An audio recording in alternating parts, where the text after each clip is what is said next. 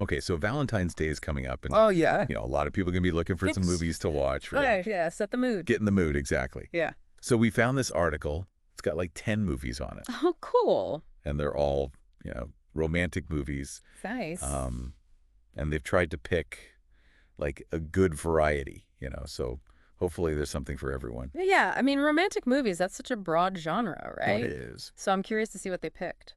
Yeah, me too.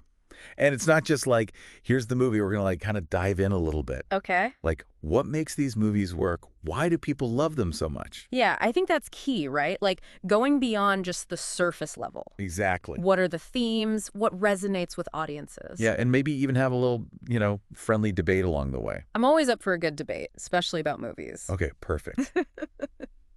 So first up, and I think this one's a classic that almost everybody knows, is The Notebook. The Notebook. Yeah, what do you think? This movie's been around for a while. Why does it still work? Well, I think The Notebook really plays into this idea of love as destiny. Okay. It's like you're meant to be together no matter what. Almost like a fairy tale, you know? It's super romantic. Yeah, super romantic. In that way. It can be over the top. It is, definitely. But it taps into that deep longing for a love that lasts a lifetime, which I think is something we all kind of crave. Yeah, and it really makes you, feel all the emotions. It does, yeah. If you're looking for a good cry, The Notebook will deliver. Totally. Okay, so next we have Pride and Prejudice. Okay, love that one. Now, this one's a period drama, right? Yeah. And I'm curious, like, do you think those themes still resonate today? Like the societal expectations, right? Finding love despite all these barriers, does that still connect with people? I think absolutely. I mean, the enemies to lovers trope is timeless, right? That witty banter between Elizabeth and Darcy, that's gold. It's so good. And the social commentary woven in about class and marriage and all that, it's so clever and still relevant. Plus, who doesn't love a good period drama with those amazing costumes? You can't go wrong with that, right? No, you can't. Okay, moving on. Let's switch gears completely. Okay. When Harry Met Sally. Classic. This is like the quintessential romantic comedy, right? Yeah, for sure. It tackles that big question. Can men and women really just be friends? What do you think makes this film so special? I think it's because it's so real, It captures those little moments in a friendship between a man and a woman. Like how it changes. How it evolves, the dynamics, exactly. Yeah, and that dialogue is so sharp. So witty. Makes you laugh out loud. It really does. And it leaves you thinking, right? It does. Like, what do you think? Can they or can't they? Ooh, I'm not sure I have an answer for that. It's the age-old question. Okay, let's go with something more modern now. La La Land. I love this movie. Visually, this one is stunning. Oh, yeah. It is beautiful to watch. The music is so captivating. Oh, yeah. But it's also kind of bittersweet, right? Yeah, it is. Like, what do you think it's trying to say about pursuing your dreams and also trying to find love? Can you really have both? Right. La La Land really dives into that tension between love and ambition. Like, sometimes you have to make really hard choices. Yeah. It's not always a fairy tale ending. And the ending is sad. It is. Yeah. But it's also kind of hopeful. Right. There's a sense of, like, bittersweet acceptance, Yeah. It makes you think about what's truly important in life. Okay, now for another big one, Titanic. Titanic, yes. This one has definitely sparked a lot of discussion. For sure. Over the years. Like, what do you think makes this love story, which is set against such a tragic event, so captivating for so many people?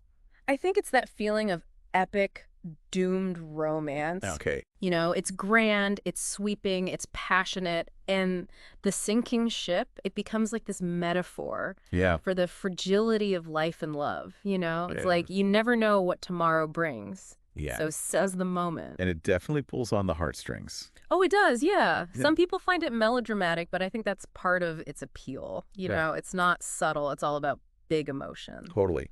Okay, let's go for something a little lighter now. How about Crazy Stupid Love? Okay, yeah, I like that one. This one has a bit of everything.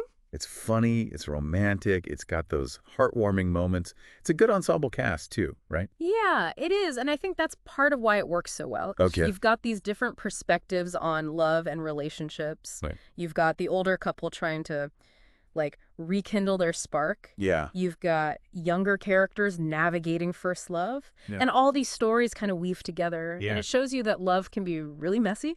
Mm. It can be complicated, unpredictable, Yeah. but it's also really beautiful and worth it. Absolutely. Yeah.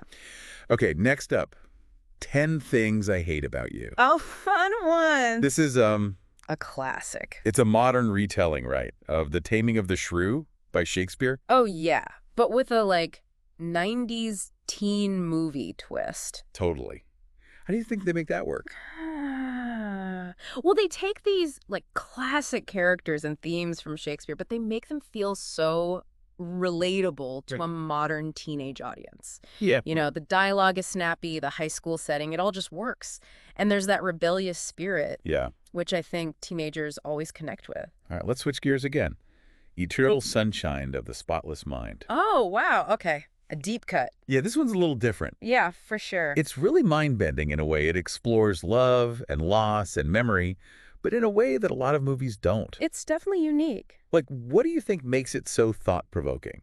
What are people thinking about when they walk out of the theater? I think it makes you question, what is love, really? And can we ever truly erase the past?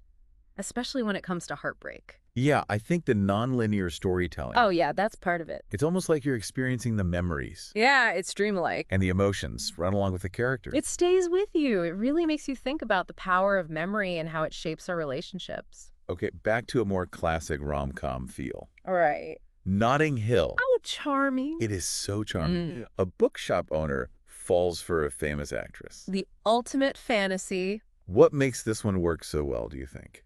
It's that classic ordinary person meets extraordinary person story, which is always appealing, but it's done in such a heartwarming way. It feels real. Yeah, it does. Those awkward encounters, those challenges they face because of their different worlds. And the setting, Notting Hill, it's like a character itself. Yeah. It's so romantic. It is, yeah. Okay, and finally, for something a little more recent, To All the Boys I've Loved Before. Oh, so sweet. It is. This one's really captured the hearts of, younger audiences. It's a new classic, I think. Why do you think teen romances like this still work so well? I think it's the sincerity, Okay. It's about that first love, the awkwardness, the excitement, the heartbreak.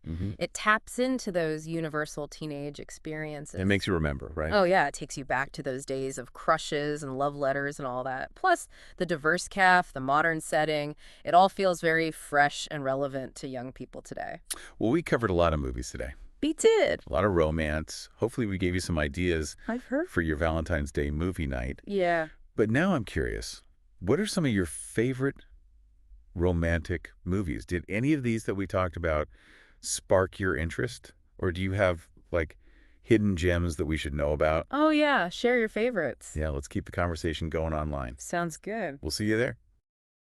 Don't forget to like and subscribe.